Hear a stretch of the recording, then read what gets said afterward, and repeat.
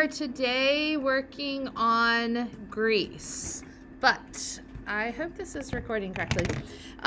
You need one blank note card for class. This is your homework. Homework is that you have a test. It's an in-class test. I've already sent you a study guide by email. I've posted it on the Google Classroom stream.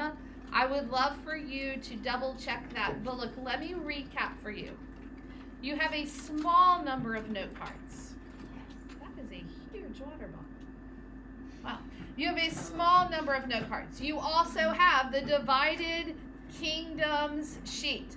The same one that was on the last test, it just has a few more things on it.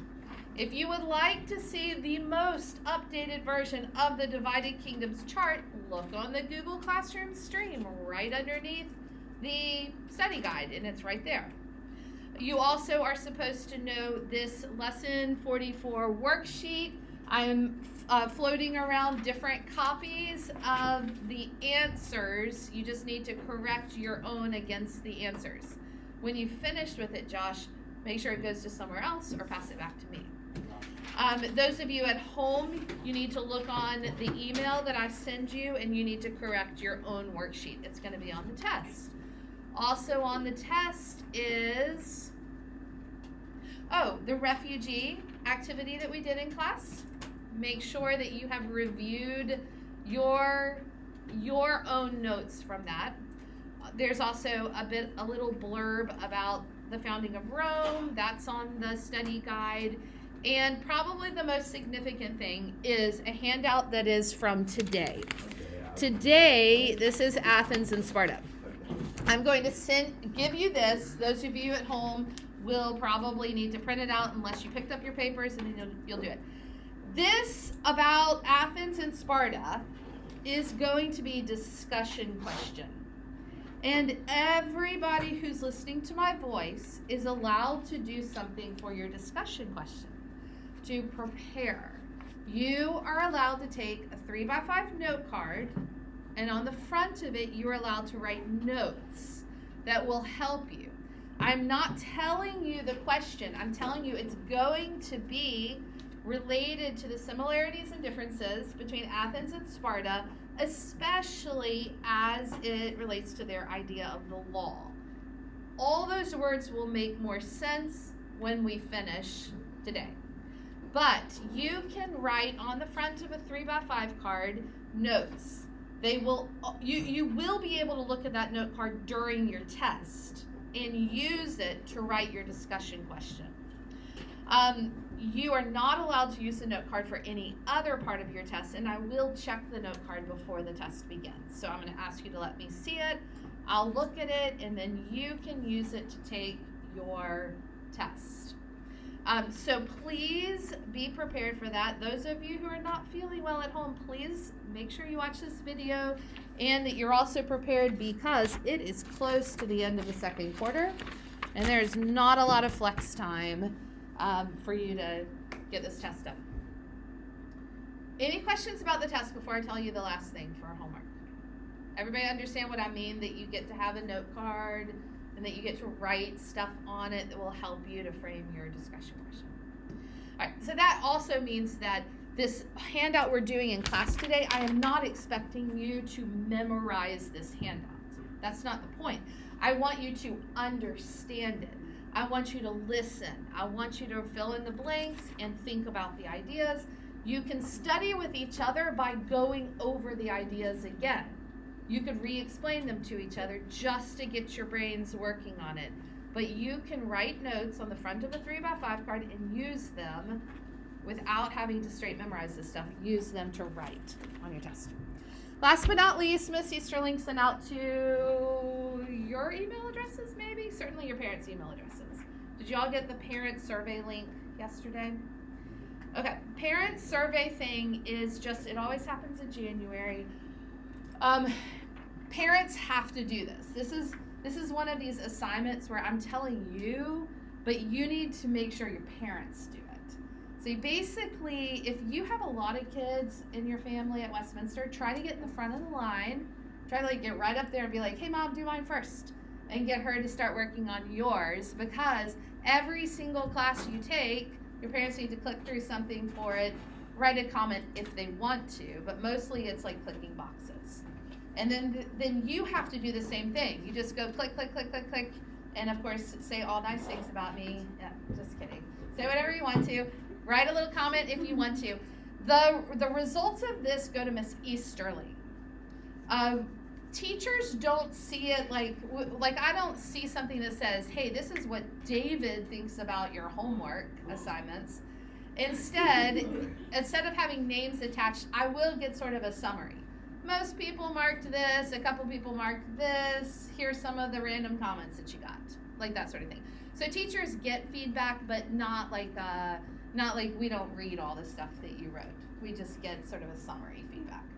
It's just a Westminster thing to give you a chance to give feedback, and your parents a chance to give feedback about the stuff.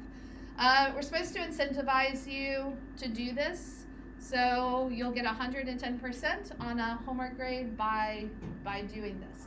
Just that's like bonus points, That's just my way of inserting bonus points, because 100 wouldn't change as much as 110. It's like giving you extra 10 points on your homework. Questions on any of this? All right. Math quiz after we do this. Cut the lights, please. So today we're talking about Greek culture, and I was wondering if anybody has ever been to a good Greek restaurant in Richmond. Do you know what it is? I remember I went with one. Okay. What do you remember anything? Yeah, it's called Bell Greek. Bell Greek. Good. Oh, yeah. Anybody else? Has anyone ever been to a Greek restaurant at all in Richmond? Just two people? You have. Has anyone ever been to the Greek festival? It's on Malvern and Grove. It's in June. It's really huge. It's awesome Greek food. Do you guys know what Greek food is? Yes. Yeah. It's kind of like the Egyptian food. That's all Mediterranean. So the Greek or Mediterranean food is amazing. Oh, has anyone ever been to the new, they're all over the place now, grocery store / coffee shop, Stella's? Anyone? I've never heard of that. Some of my favorite places to go. I love their coffee. It's Italian coffee, actually. So Stella's it was a Greek restaurant, Stella's, and now it's a bunch of grocery stores. So point is that Richmond has a thriving Greek culture. There were, I don't know when, maybe in the 1950s, 40s, I'm not even sure what the reason was, but a bunch of people moved to our area from Greece and brought with them a lot of interesting Greek culture.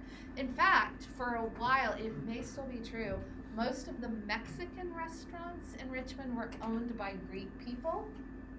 And the way that you could see that is, you know how terrible Mexican desserts are? No. They're Like so they have, good. So good. They're so delicious. they have nothing but fried ice cream and have nothing else. Whoa! Wait, you love fried ice cream? Yes! It's I terrible. didn't even make Anyway, and they have no choices. That's it. You can have fried ice cream and that's it. So if you go to a lot of Mexican restaurants in Richmond, you can get baklava, So good. which is not at all Mexican, It's like Egyptian. because there's some like Greek grandma making it and selling it at the Mexican restaurants, because it was owned, a lot of them were owned by Greek people. All right, all that aside, there are also Greek churches, because people who bring their culture also bring their faith to a new place. And the Greek church is Eastern Orthodox. It's Greek Orthodox or Eastern Orthodox.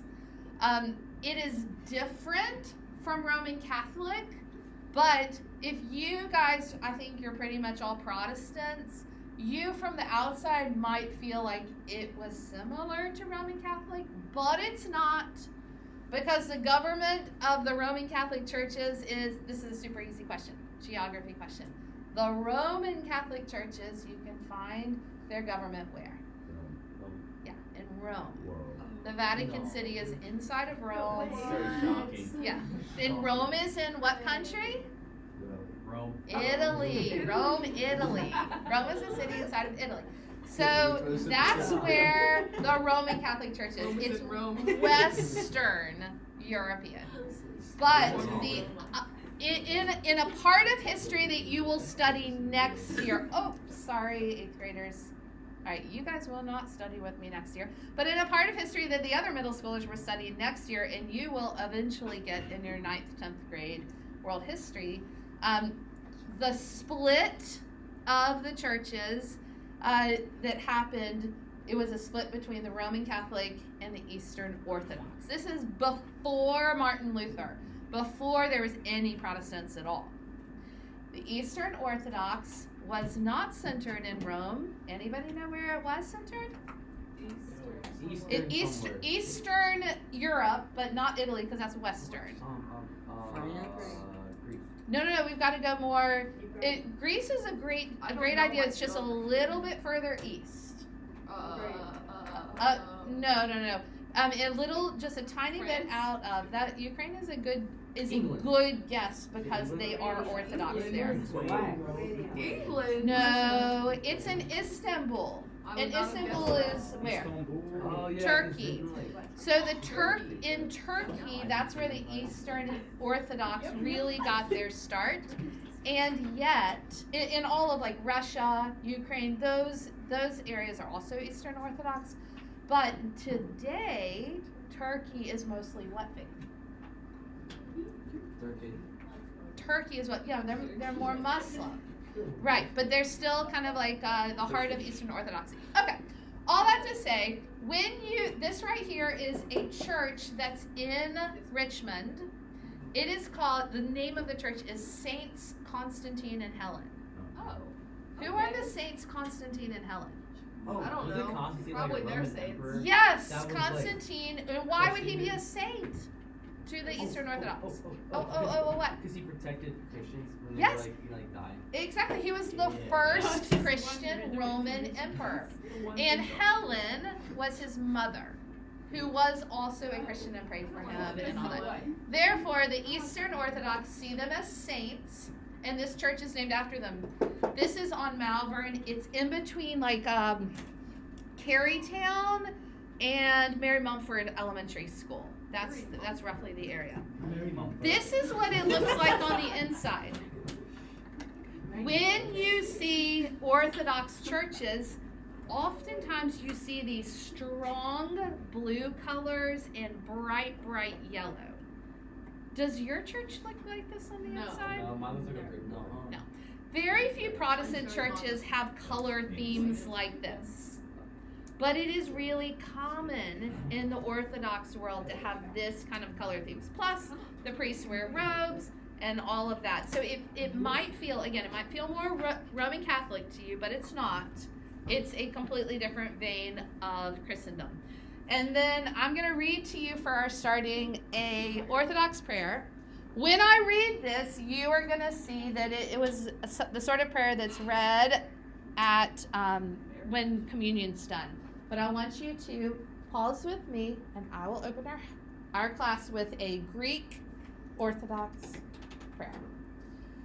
We pray to you and we call upon you, O Holy of Holies, that through your mercy and compassion on us, your Holy Spirit may come down upon us and upon these gifts here presented, to bless, sanctify, and make this bread to be the precious body of our Lord and God and Savior, Jesus Christ. Amen. Okay, does that sound like a Christian prayer to you? Yes. Yeah. Yes. Yeah. The Orthodox are Christians. That I'm trying to show you. This is not a different religion. It is a different vein of Christianity. And the practice of it is different. The government of it is different.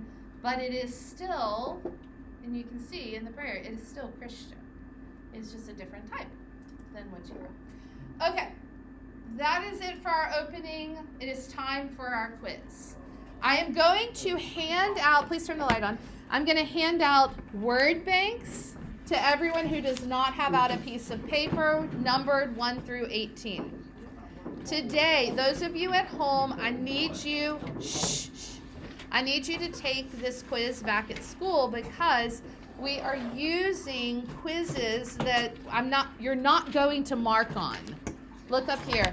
I colored quizzes so that they could be, and they have to be reused from class to class because it took me hours to color them. So I colored the rivers, the areas, the mountains, the waters so that you could differentiate them a little bit better. I'm going to hand out the word banks. You're welcome. I'm going to hand out the word banks. I'm going to hand out the quizzes. Do them as quickly as you can. And when you finish, if you have not yet done it, you need to double check your lesson 44 worksheet against my answers to make sure you have the correct answers. So, write your name on these because these are the ones I'm going to collect. Is that, are you doing it here? Oh, so you don't want Yeah. to Oh, that's true. Okay.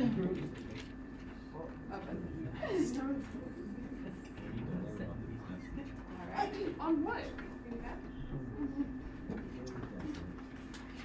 Have you checked against the answers, Elijah? Yeah. Okay. Do you have my answers back there somewhere? No, we have. Okay. Sounds good. So you three all want a word bank? Yes. Yes, please. All right.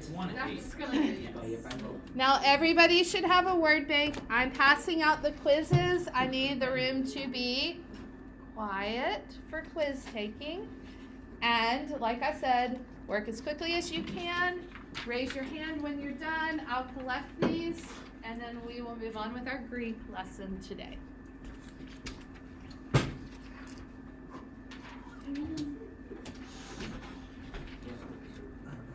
the 8th of January. 8th of January.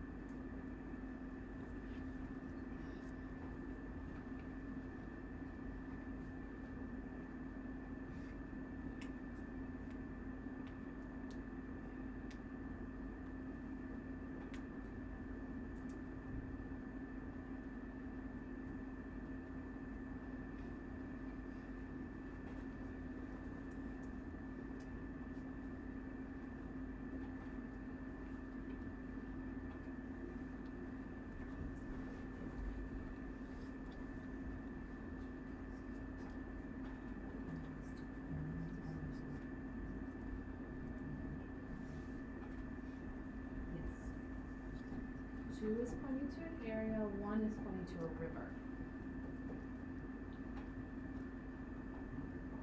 17 is a mountain range.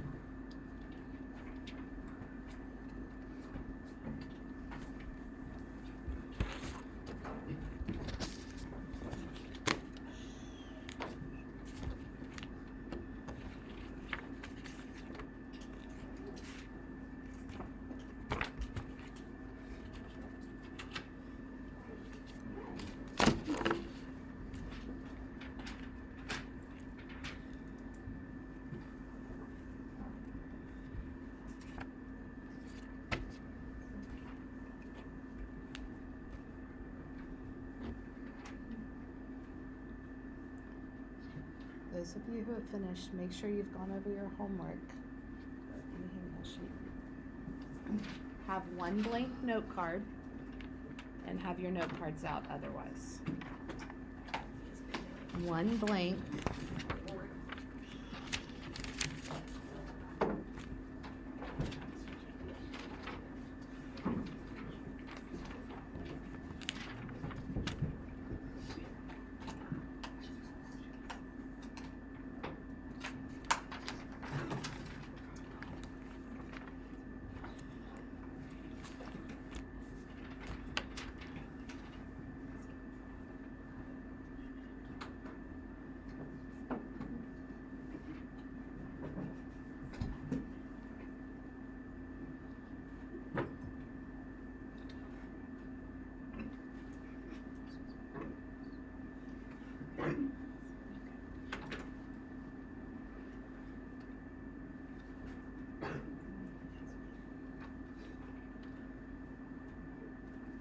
Alright, we are gonna move on now. So you should have out your stuff, and we are gonna start with the note cards about Greece. And it starts back in the place we were the last time we talked about this area of the world. A breakup of a particular people group in 1100 BC began the Greek Dark Ages. Who were the people? Mycenaeans. Yes, the Mycenaeans. Do you guys remember when we talked about them? I left them at home because I read it on the study guide. Thank you for offering the answers so that you're showing me how that you know them. That's good. Yeah. Excellent. Do you all remember studying the Mycenaeans? Yes. Yes? Yeah. Okay. I don't remember So, anything, but I remember studying. well, all right, if you're going to say, what do you need to know about them? This was in the same area. It was preliminary to the Greek people. And when these people started moving out of the area, this was what was the beginning of what was called the Greek Dark Ages. This is actually where your blank note card comes in to play. But before I show it to you, before you start writing, I wanted you to think about something. What I'm about to show you, what you're about to write down, is true for the Greek Dark Ages. It's also true for the Western European Dark Ages. It's also true for what we just talked about with the Native Americans. And it's true, actually, across world history and cultures. And the idea is this, that if people are struggling to survive, they don't usually have time for art and recreation. True? The struggle for survival. If you need to spend all your time hunting and gathering to make sure you have your next meal, you don't have time to make fancy pottery. That's not how you spend your time, because you want to make sure you live. Some skills, such as painting and jewelry making, were completely abandoned in the Greek Dark Ages. So this I want you to turn into a note card. Front and back, write it down on your blank note card. No, anything. Can I just put it on like the study guide? It's fine. I think the first half is on the study guide. Oh yeah, I put true. I didn't know what I just put True. The reason it existed is because I had just deleted all the answers and I didn't take this one. If people are struggling to survive, they don't have time for art and recreation. Let's go to something that's more familiar to you guys, even though we haven't studied it really, probably ever together. What happened in Europe during what is known as the Dark Ages? Why was there such a struggle for survival? Why were people having trouble surviving in Europe? There are always wars. Yes, wars can be an issue, but what was the big thing that was just killing a ton of people? Disease. Disease, the Black Plague. Right. So let's just say if everybody around you is dying of the Black Plague, are you really going to go to architect school? Yes. Yes. No, probably not. He's ambitious. Maybe you can people. build something to protect you from. Yes, that. and in fact, during what's called the European Dark Ages, Yeah. there was listen, Josh, there was long-term thinking, especially in the church world, because people who knew their lives would be short still believe the work of God deserved this multi-generation plan. But let me pull more recently. There's a war in Syria that's going on. People are having trouble not only providing for themselves but being run out by war. Do you think that they're going to pause to make a beautiful painting? Hope so. Probably not. There's probably a lot of lost artwork going on. In Somalia, when children were being taken out of their homes, forced to be child soldiers, or they had to run off and like march through the deserts of Africa to finally get to a safe space. Do you think those children were maximizing their artistry and whatever, art, music? Probably not, because they're thinking, how am I going to find food? When people are forced to focus on survival, they don't have as much time for that. Does that make them stupid? No. Does that mean that they're underdeveloped as people? I mean, only if you think underdeveloped in terms of opportunities. It's not them. They're not less of people. They just have to focus on survival. Oftentimes, dark ages are dark because people are not writing stuff down. They're not recording it. They do not have time to focus on this. Yes? Well, they probably also wouldn't have the supplies or the money to do these things. Exactly. So in dark age, when things feel dark, when they look dark, they're often dark to us because of a lack of records, because of a lack of opportunity. Have you guys ever thought about how much opportunity you have been given as homeschoolers? Consider this for a moment. Your parents, like you and your parents probably don't sit around going, oh my goodness, my parents have so much extra money and so much extra bandwidth for me, right? But think of this. You have parents who have committed significant resources to making sure that you can be schooled at home. Perhaps one of your parents doesn't work outside the home. Perhaps they have spent a lot of time reading you books, tutoring you, doing this stuff. Perhaps even if they do both work, they're still giving extra stuff. And you think, oh, my parents, it kind of feels like we're sort of always strapped. No. You are privileged. You have been given privilege and opportunity that only comes from excess. Your parents have found a way to create a life for themselves that they are using that excess on you. Not on some hobby like fixing up cars, or not on getting the biggest house they can buy, but they are using their excess on supporting you and developing you.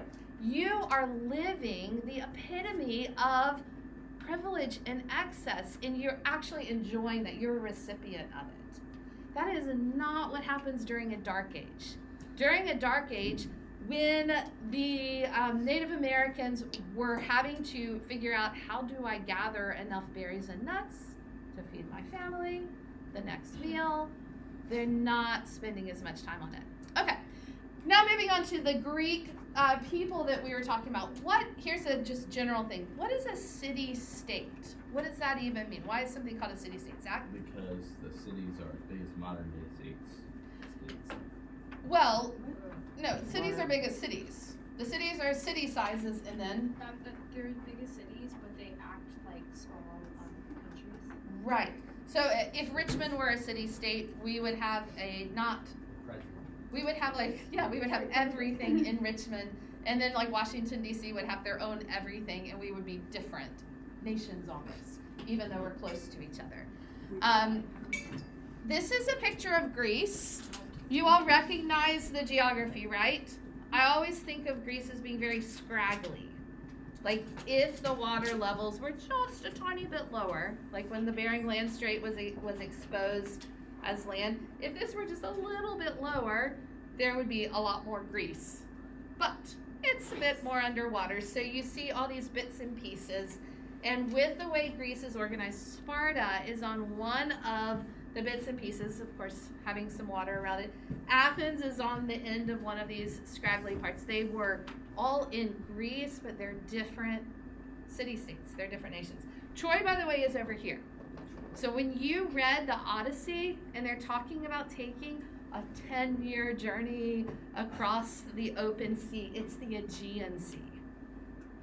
It's not really an enormous sea. I mean, it is, like, it's a thing, but it's not that big. In the Mediterranean, too. The Mediterranean's all out here, but the Aegean Sea and the Ionian Sea are directly next to Greece. Okay, there are two city-states that we talked about. The first one trained men, women, and children for battle. Sparta, strict life. A Spartan lifestyle is a strict lifestyle without much pleasure. I want to show you some images so that you have stuck in your head what to think about when you think of Sparta. If you think of Sparta, this is what I want you to see. You see a soldier prepared for battle. Everybody was prepared for battle. Grandmas were prepared for battle. They are Spartan. They are streamlined. It's Spartan in every way. I mean, the men would be the fighting, but everyone was trained if needed. So there's a story of King Philip, Macedon, I think, who came to the Spartans to challenge them, to I'm going to fight you. And he says, if I win this war, you will be slaves forever. And they send back to the king a one-word answer. If.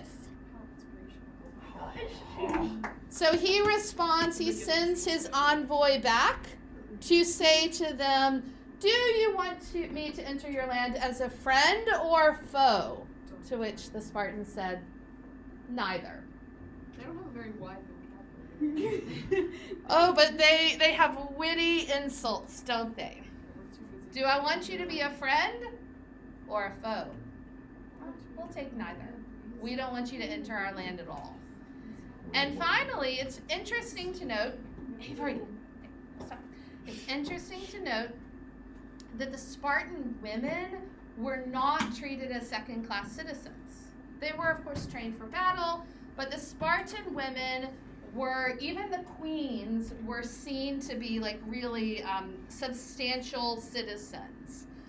So another woman approached the Spartan queen, whose name was Gorgo, and said to her, why are you Spartan women the only women who can rule men? She said, because we are the only ones who give birth to men. What's her insult, Zach? I said that's cold. Yeah, what's it? Why is it cold? What is she saying? The other people She's do. saying that we created men, basically. We gave birth to them. Yeah, and what do the rest of the women of the world give birth to? Other men. Babies. No, not men. Children. Children, boys, or maybe they're calling the other men girls.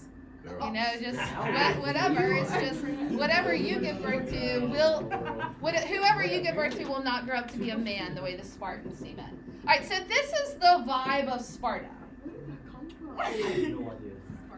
Spartans have a chip on their shoulder. They're ready to fight. They're battle ready all the time. They're very witty, very short, very succinct. The Athenians, this is the other one. The Athenians loved drama, music, art. They believed in education. They developed great schools of thinking. So here are the images to show you how different. Are you ready? That you've got that Spartan image in mind? These are the Athenians. They have philosophers. They have all that stuff, but they don't have thinkers. They have the school of thought. It was the bad. Plato and Aristotle, the mathematicians, the philosophers.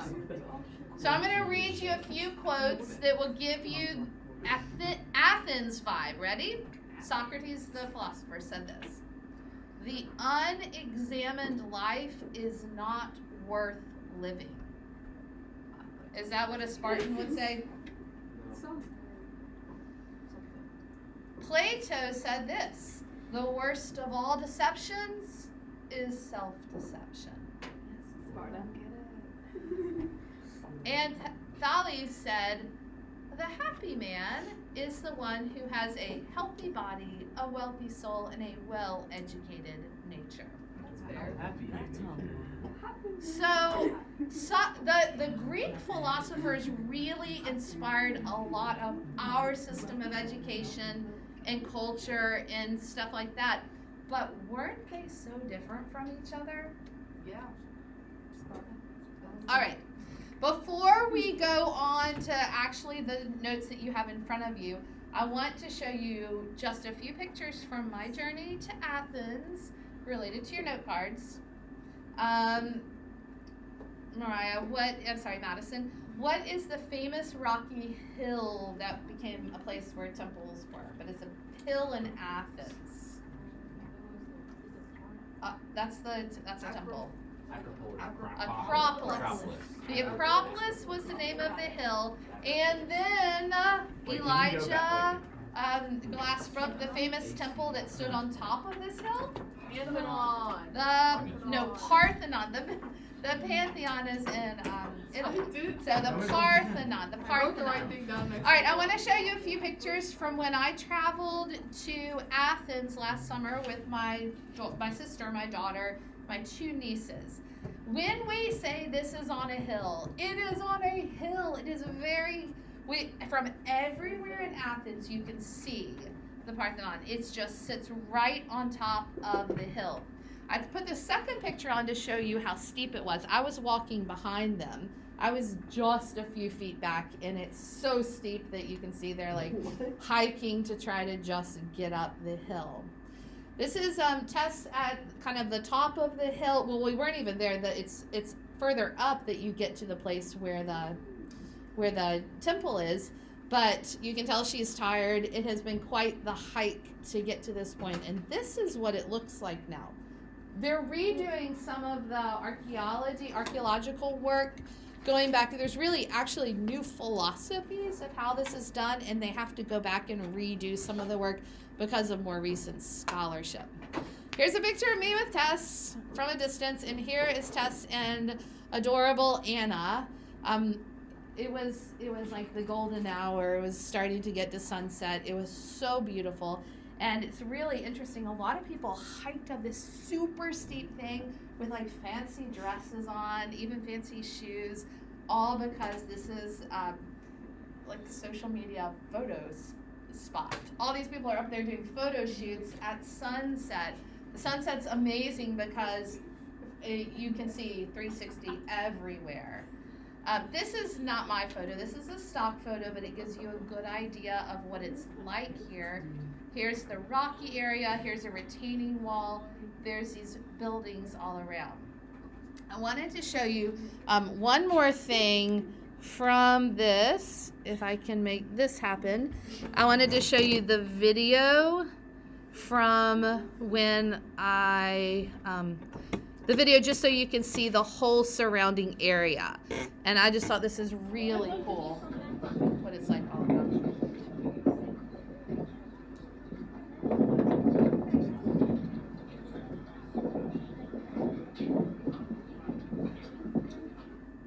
All right, so that is the Acropolis and the Parthenon. Let me go back to this. And here is the last picture. Tess did take this one. Just the sun was like on the way down, setting, coming through. Again, last thing, the Acropolis is the hill. The Parthenon is the temple. Okay. You guys ready for our last bit, which you can turn the lights back on. For this last bit, you need to get out the handout that I gave you. And I'm going to tell you some stories about Athens and Sparta. Guys, we got to go fast on this. 8th graders, we need to go fast on this. So get your sheet out, and we're going to start right here on the left. You already know about Sparta and Athens. I'm going to extend that knowledge. I'm going to extend it by saying that Sparta had a really particular way of running a kingdom. They had 2 kings. That goes in the blank, right? 2. They had 2 kings. There's no other ancient world kingdom that had 2 kings. And they literally did this for the point of a balance of power, so there wouldn't be an absolute monarch like in a lot of Mesopotamia. But in Sparta, the king got to be like a prophet and a priest and a king, which sounds super powerful, except that as a prophet, he was supposed to hear from the gods, and then he had to do whatever they said, so he didn't really end up having that much power. The most power he had, which was as a king, he was allowed unilaterally to declare what, do you think? War. Because it was Sparta. So of course the king can declare war. That was really important. The real power in Sparta came from a strict but unwritten code of law. That's your next blank. A code of law that governed everything. We know this from Plutarch's writing. There are some really wild laws here. Like, for instance, the first one, this is your next blank. Children did not actually belong to their families at all. They belonged to the state. The children belonged to Sparta. So much so that whenever a woman had a baby, state was the word. Okay. Yeah. The code of law was. The code of law was unwritten. Unwritten. Sorry. It was an unwritten code of law. Yes, Wesley. What are the first Two and code of law. Look next to you. Okay. There was a council of Spartan elders that would come to examine every baby that was born to decide whether or not it would live. They would look at it, and if they deemed it to be weak, not worthy to grow up as a Spartan, it would be left out to be exposed and die and maybe be eaten by animals. If they said, this one's going to be a good Spartan, then it could live and was allowed to grow. So messed up. They owned the children. The state owned the children. Boys at the age of 7 were assigned to a herd.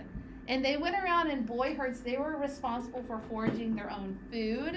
They were responsible for, basically just Lord of the Flies, let's just fight it out. Let's figure out how to live. They did this to teach them to be warrior-like from a young age. Spartans also had their meals in common in order to prevent greed. That's your blank there. This is what Plutarch said. This stopped them from spending time at home reclining on expensive couches, fattening themselves up in the dark like insatiable animals. So we'll say he wouldn't be a big fan of hanging out on the couch, watching TV, and eating chips. He would think that, the Spartans would think that is terrible.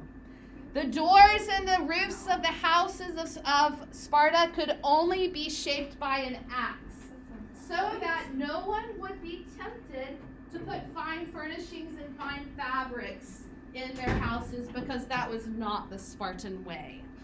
All the laws were unwritten. In fact, next blank, it was against the law to write down laws, because they said legislation will only work if it is written on the heart. Only the laws that are on your heart will work. In fact, one of the leaders, Demetrius, said to Xerxes, although the Spartans are free, they are not entirely free. Their master is the law, and they are far more afraid of it than your men are of you. So the Spartans thought that through the law they could eliminate all sin. Interesting way of doing it. What about the Athenians? Look on the other side. Athens took their ideas a little further. They got rid of the king entirely. They had no king. They instead leaned completely on the law, and a councilman named Draco came up with the laws. He wrote these laws, which were called draconian laws. The penalty for every single violation of the law was death. Why? Because he said even small things, people deserve to die for small violations. I can't think of anything worse for the big one. What was the first one? You steal vegetables, you steal fruit, you should die. I can't think of anything worse than that. Draco's ideas were called draconian. We still have that word draconian in our history, in our vocabulary. After Draco's time, there was another guy who tried to rewrite the Athenian laws. His name was Solon. He wanted to rewrite really fair laws. I mean, he wrote laws about everything. and he thought he got them perfect laws that would perfectly direct the Athenians. He thought he had them so perfect that he went on a 10-year trip and left Athens completely. So the head guy completely left, and he said they don't even need a king because they have the law to guide them. And unfortunately, his experiment failed. People did break the law. He believed that, next blank, no one would break the law if they were actually fitted properly to the citizens. So the Athenians, who did believe that a just society where citizens are properly trained and warned would have no crime at all. Zero crime. So both Athens and Sparta, who were different from each other, Athens was philosophical, Sparta's warlike, both of them thought that the law in the hearts of their citizens could eliminate sin entirely. Sparta had this idea. Somebody said, what happens to adulterers in your society? And the guy responded, oh, in our society, if someone commits adultery, they have to kill a bull that is big enough to stand over a whole mountain and drink water. And the person was like, what? There's no bulls that big. And he said, yeah, and there's no adulterers in Sparta either. Mm-hmm. What do you mean, what's the third one? on Athens. Yeah. Death. Yes. All right, so both of these cultures so the tried second to one's get death rid too? of sin by creating laws. Yes. They did it differently. They were both unsuccessful in their own way, but that is what you need to think through and talk through for your discussion question. So what's the just general topic